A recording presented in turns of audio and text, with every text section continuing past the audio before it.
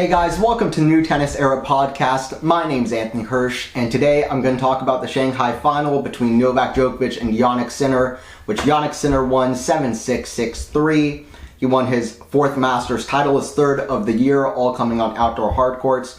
Going to discuss the final, a little bit about the tournament as well, overall, some of the rounds that happened before the final, but mostly discuss the final and kind of what it means, the Sinner-Djokovic rivalry, and kind of what happened in the match. Appreciate everybody for tuning in. Please don't forget to subscribe to QualityShot Tennis if you haven't already, and please don't forget to like the video as well. So this is a new weekly podcast that is going to be coming out on the QualityShot Tennis channel.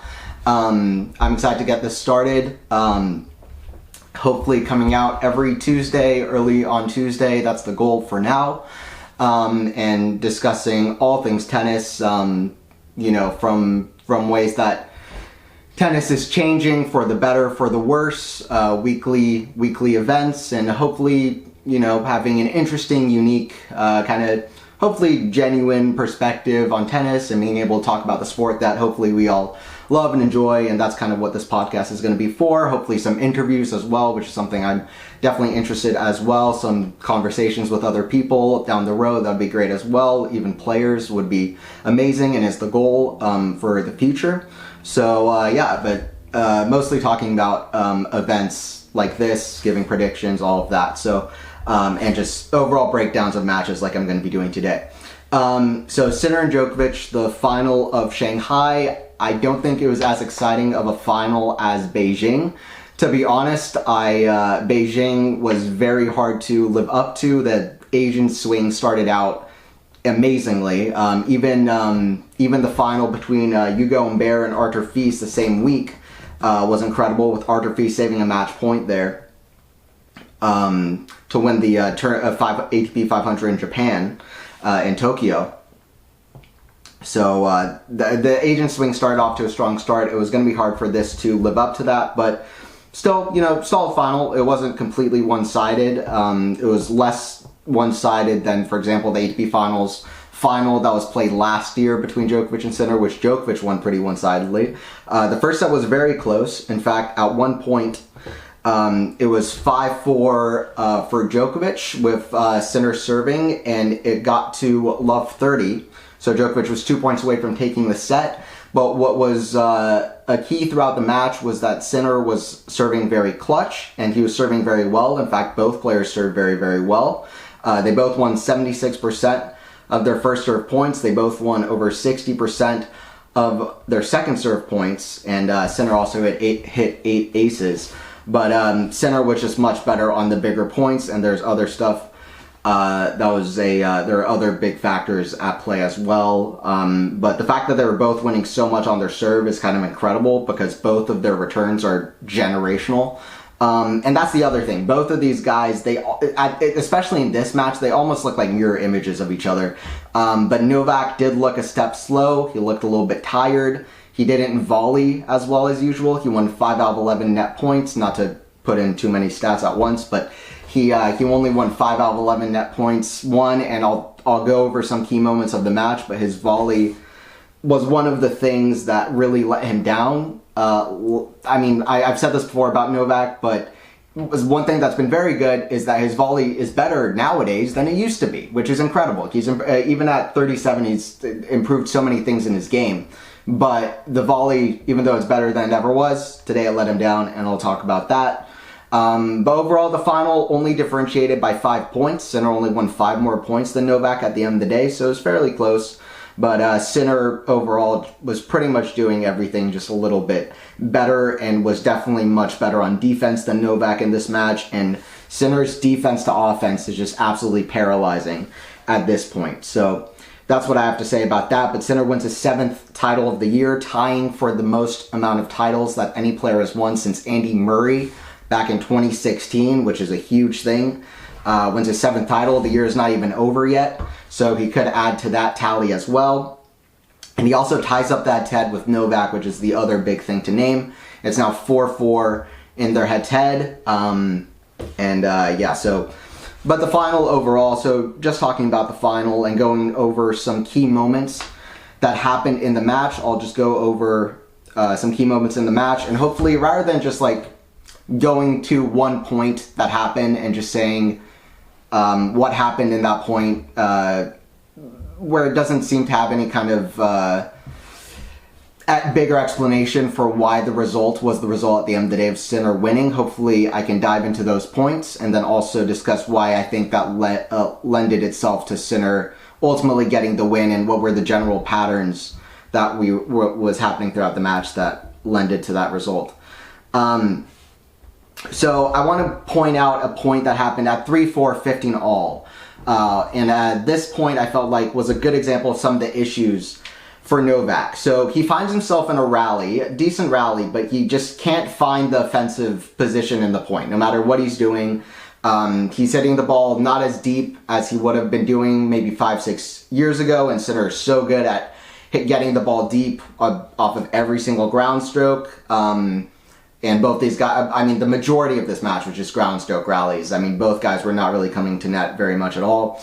But after not being able to find the offensive position, he slices, which just goes up high down the middle. Sinner hits a big forehand, but I don't think he even gets as big of an angle on it as he would have wanted. I mean, Djokovic very much so could have not let go with his not let go with his left hand. He could have kept both hands on the racket.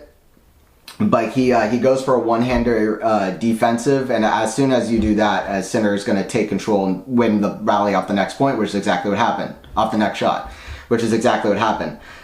So the point is that the slice wasn't even that bad, and Sinner's forehand wasn't as good as he would have wanted, but Sinner hit a pretty good forehand, and that was already enough for Novak to get into a defensive position, because he's just a step slower. It felt like he was a step slower today than he was in his last couple matches, and he's definitely a few steps slower than he would have been even in 2023, but especially 2016, 2018, 2019, etc., when he was, younger, fresher, playing better tennis than he is this year in general. So that's one of the big things that I want to mention, that point. And then 5-4, very important game in the match. Like I said, it was 5-4, love 30. Novak was 2 points away from winning the first set. And Sinner misses a fairly routine forehand, and then Novak makes a good backhand pass, gets to love 30, and then Sinner makes 3 big first serves into play. But at the 30-all point, Novak was actually able to return the big first serve. On the other two, Sinner hit good serves, but Novak was just a step slow. That's why he couldn't return them into play. It's not like they're way away from him. It's just he was moving a bit slower today. But at 30-all, he got into the rally, but then Novak hits a very central forehand, and Sinner gets a lot of good shape and height off the forehand and puts it away. So Novak, just in the forehand, he was hitting the forehand too central, not deep enough in the court, and also just a step slow when it mattered. And those were some of the big patterns that tilted the match towards Sinner. Sinner's so clutch and tiebreakers, starts the tiebreaker with a Novak-esque sliding backhand pass, open stance, amazing shot, a 2-0, another massive forehand down the line. In that point, Novak is pulled way too far out wide with a forehand and hits it right back to Sinner's forehand. Even if he hits a tough shot to the Sinner forehand, Sinner is such a good, ridiculous defense to offense pace generator that it doesn't matter. If you hit it to Sinner's forehand, you're going to be in trouble, especially if you're going way off the court. You need to hit a winner off that shot. And if Djokovic's hitting a cross-court angle, he better hit this incredible winner.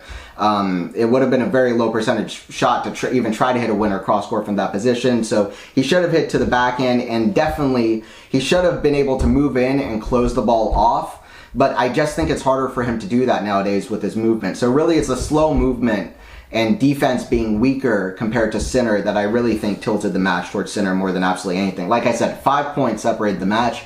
I think if anything, the biggest factor was the fact that Novak's defense and movement was like one, it was worse than Sinner overall. And then the other big point in this match 5-1 down, Sinner serving. Novak played some good points, got it back to 5-3. It felt like he was gaining momentum after it looked like Sinner was going to maybe even breadstick Nole in the tiebreaker. And then he missed a crucial easy volley into the net, Novak, which really began his struggles on hitting terrible volleys at crucial moments. So after that, Sinner took the set 7-4 in the tiebreaker. And then, speaking of the volleys, I want to bring it back to 2-1. 2-1, love 15. Novak is in a great position to hit a drop volley and hits a terrible drop volley that basically lands on the service line. Sinner puts away the easy winner. If Novak gave him an inch, Sinner would go a mile. It's really how Novak was back in his prime almost. I don't think Sinner is playing as good as Novak did in his prime, but it's very Novak prime-esque in that if you give him anything, Sinner is gonna, like a robotic machine, just find the winner, find the space in the court. And break down your shots, not give you space, and just suffocate you, really. And then another terrible volley at 15-30 into the net, so Novak's volley is just way off today. And then break point, shot of the match, Sinner hits a ridiculous forehand winner. Again, another shot Novak could have made back in the day. I'd compare it to a forehand screamer shot that Novak hit in Australian Open 2012, late in the third set against Rafa. Like, running forehand down the line, off the stretch, incredible shot. And then in the last game, 2 big serves out wide at 30-15, 40-15, service aces, and Sinner pulls out the match. Great serving performance, great overall performance. Novak a step slow, his volleys weren't there. And that's why the result was what the result was. Not the most exciting match. In fact, I felt like the camera was more excited to pan to Carlos and Roger, who were watching the match right next to each other, talking the whole time. I can't describe how cool it is to have Roger watching a Djokovic match, and especially a young guy coming up like Jannik and sitting next to Carlos. That's a cool thing. And also, Carlos and Roger, can learn so much from Roger, and it was clear he was just an excited fanboy sitting next to Roger. He was excited. He was probably excited to the point where he maybe was annoying Roger at times. I'm sure he had lots of questions for Roger and a lot of lessons that Roger could pass down to Carlos. So it was cool to see that. And unlike Novak, who I feel like is still probably going to be hesitant as an active player to really kind of give his full kind of secrets to success, you could say, to Carlos and Jannik, Roger and Carlos can kind of exchange their perspectives and their secrets to success to each other, which is really cool, particularly Roger to Carlos, obviously. So that was cool to see. And then apparently there's an awesome photo of Federer and Carlos sitting next to each other on a practice training court right after that, which was really, really cool. So those were some of the things that I want to talk about. Sinner amazingly has not faced a single break point against Djokovic in his last 2 matches. That's 6 sets since saving those match points at the Davis Cup. That Davis Cup match, that victory, you can't emphasize enough how big of a win that is for Sinner. And Sinner was only able to do that because he learned from the loss that he faced against Novak at the ATP Finals, honestly. So when people are saying that Novak Sinner should have just given the match that he played against Rune at the ATP Finals, I mean, you have to play for the spirit of fair competition, and it will pay off. And it's just the thing to do. And you see why here, even if it wasn't directly obvious, the way that he was able to keep the mental edge against Novak and especially learn from his loss against Novak in the final there, that's why he was able to win that Davis Cup match, and that's why he's been able to win the couple of very crucial matches against Novak that he's been able to win this year. So want to mention that. Sinner now has 11,920 ATP points, which is just ridiculous. And yeah, that's kind of what I want to talk about with the final. Another amazing thing, last point, is Jannik lost an epic Beijing heartbreaker to Carlos last week, and then comes back this week, already playing incredible. First round through the final, beats Djokovic in the final, beats Mahac, who's playing amazing in the semi. Shout out to that semifinal. 2 sets, but one of the best 2-set matches or matches of the year. Sinner versus Mahac in the semis. Mahac was playing unbelievably well, so some incredible shot making in that match. So shout out to Tomas Mahac and also Fritz, who both had really good weeks this week. But especially Mahac in particular, I'd like to give a shout out to. But yeah, I mean, Sinner bouncing right back from last week, and now already after that heartbreaker, going to win on another Masters. That's what the big three did over and over and over again. In fact, I'd say the big four. That's what the big four did over and over and over again. They'd have a heartbreaking loss or some setback, and then they'd find a way not to just go back to being good again. They'd find ways to go back to winning big titles again, which is really such a rare quality, and it's the defining quality of the big three era, I think, maybe more than anything else. Which lended itself to their consistency and longevity, and it's a great sign for Jannik. And with all the drama behind the scenes, he's really been able to focus on the victories and winning the matches and tournaments ahead of him. I mean, people have different opinions on that controversy, but it's kind of incredible the way that Sinner's been able to focus in and do what he needs to do. And yeah, I mean, he's been playing great tennis, so good win for Sinner. And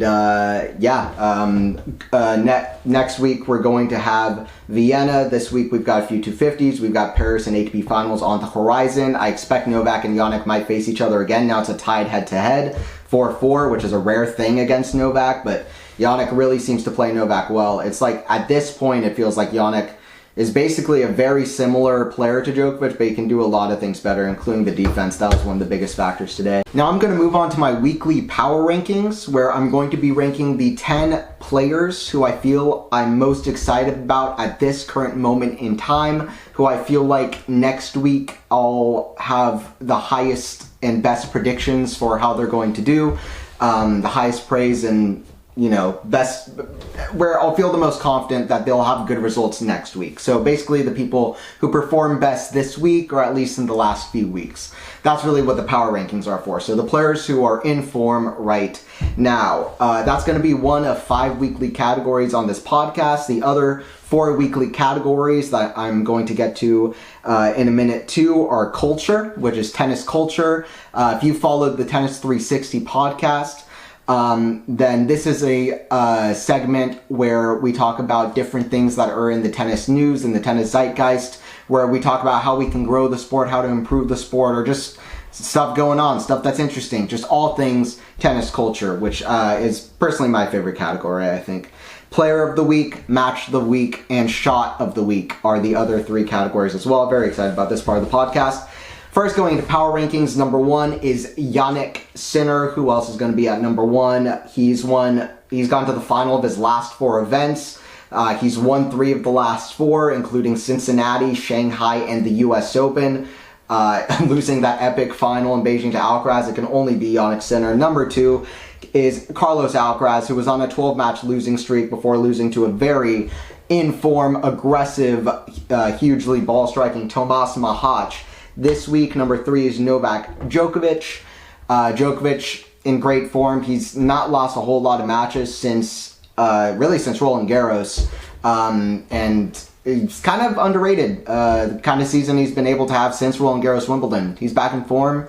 He's not in his best form, but he's playing well. So by his standards, it's still not a great season. But listen, since about Roland Garros or so, he's picked it up a bit since Wimbledon. So I really felt like his season since that Musetti match at Roland Garros, I feel like it's mostly been highlights, and not highlights to what we're used to from Djokovic, but it's definitely better than when he was losing to Luca Nardi in 3 sets at Indian Wells. He's been losing to players pretty much exclusively who would not be a huge shock for him to lose to anyway. So Djokovic, he has to be at number 3. Number 4 is Daniil Medvedev. He played an incredible match against Tsitsipas this week. Lost to Sinner. Keeps losing to top guys like that. Medvedev played well. He played well in Beijing as well. Lost a good match to Carlos. So shout out to Medvedev. Number 5 is Taylor Fritz. Played well at Laver Cup. Played well at US Open. Played well here. He's playing his best tennis of his life. Shout out to Taylor Fritz. Number 6, Tomas Mahac.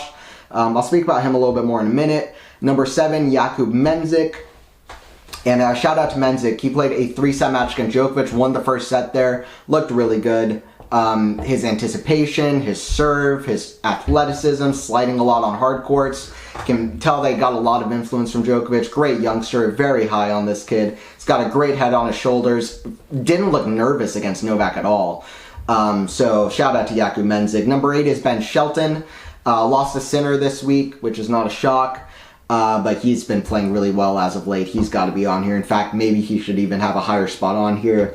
I don't know, but the players right in front of him had a better week, but he did lose to Sinner, like I said. Number 9, Jack Draper is at number 9. He's not been healthy, but you know, he had a great semifinal run at the U.S. Open, and he had a good start to the week, I believe in Tokyo, if I'm not mistaken.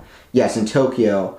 Where he took out Hurkacz in straight sets, but then he had to retire against Humbert. So if he's healthy, he deserves to be in the power rankings. So that's why Draper is still in my power rankings. Then moving to the bottom, Arthur Fils is at number 10.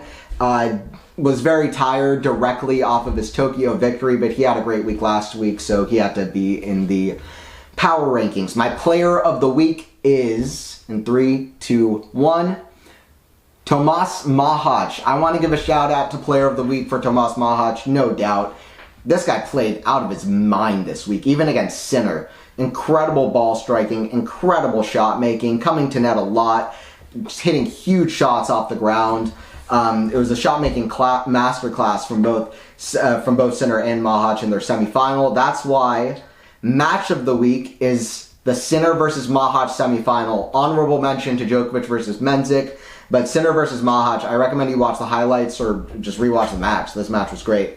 And then shot of the week is, before I go into the last category, which is culture, shot of the week is Novak's insane backhand pass against Taylor Fritz. You might have seen the video going around where Novak Djokovic played 3 incredible points in one game, but the very first one of these was a ridiculous backhand pass that he stuck down the line right on the sideline. An incredible shot that he found out of nowhere on an open stance backhand after Fritz came in down the line off a forehand. And this was, I mean, the pace he got on it, the fact that he was able to keep both hands on the racket and just smash a winner. This was one of the best shots of Novak Djokovic's life. This was a miracle. And what a game from him too. Now moving on to the last segment, which is culture. There have been talks of Federer potentially.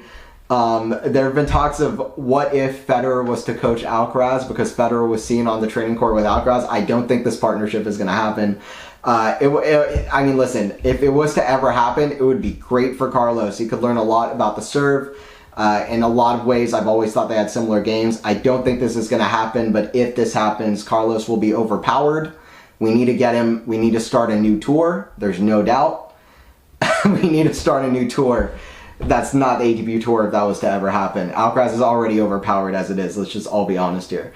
But anyway, that's not going to happen. But it was cool to see Federer on the practice court with Alcaraz and at least sharing a few secrets with Carlos and talking him through some things, which I'm sure is going to help as well. Other big news in the tennis world, the biggest news this week it's just the biggest tennis news, is Rafael Nadal retiring. Sad news, he'll be retiring at Davis Cup. News doesn't get bigger than this. In fact, it's the most liked tennis-related social media post is the Rafa announcing his retirement. What a staple, central figure to the sport, and Rafa will be dearly missed. Influential, inspiring figure, not just in sports, but in life. Just the way he was able to fight time and time again, constant injury, but always bouncing back, and the career that he was able to have. We know who Rafa is, and not just the fight, but the incredible passing shots, the incredible shot making, the incredible movement that he had, even especially moving up and down the court, chasing down a lob or chasing down a drop shot. He had so many incredible shots, and he was just a wall at the back of the court, and so many epic matches. He pushed both Novak and Roger, being both of their biggest rival. So yeah, I mean, just sad news, but it's going to be cool to see him one more time at Davis Cup. He had a long career, so it's really just the fact there's a lot to celebrate. Whenever the grief and the feelings of, you know, losing a big figure in sport or whatever it is, it's just, it means that there's a lot to love and a lot of joy that person brought. So Rafa was great, and yeah, anyway, he's retiring, and it was a great career. So yeah, it'll be exciting to see him one more time in Davis Cup as well. The other thing is 2-week Masters, the other thing I want to talk about. Shanghai felt very long after in the middle of the first week. I was like, man, this is still going.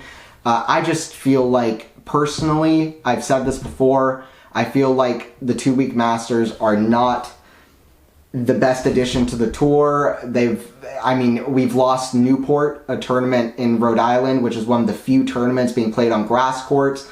Newport is such a important historic venue for the sport that I got a chance to visit about a month ago, and I feel like losing such a great tournament is one of the big dangers of having these 2-week Masters, because they've infiltrated and encompassed most of the season, and it's not led for much breathing room for a lot of these other great 250s and events. I mean, don't even get me started on like the WTA schedule, because they've had 2 1000s back to back, and they're not going to have another 1000, I think, for the rest of the year. But even on the ATP tour, I mean, these 2-week Masters, it's just, I don't feel like it's the best thing. I think at some point, most tennis fans feel like, is this still going? Like, almost all tennis fans are like, want to tune out for a moment, and that's not a good thing to have. I feel like we can have 1-week Masters and still make Masters exciting.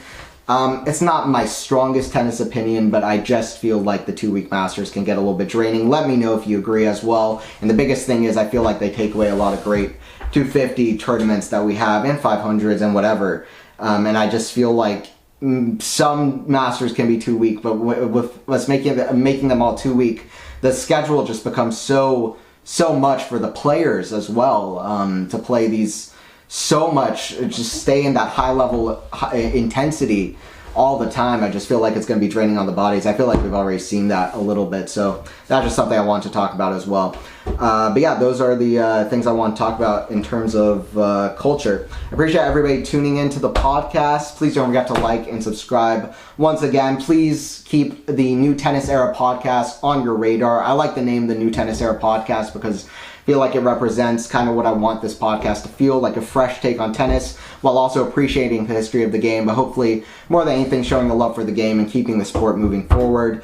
And yeah, hopefully you tune in next week, and I've been Anthony Hirsch, and thanks for joining in.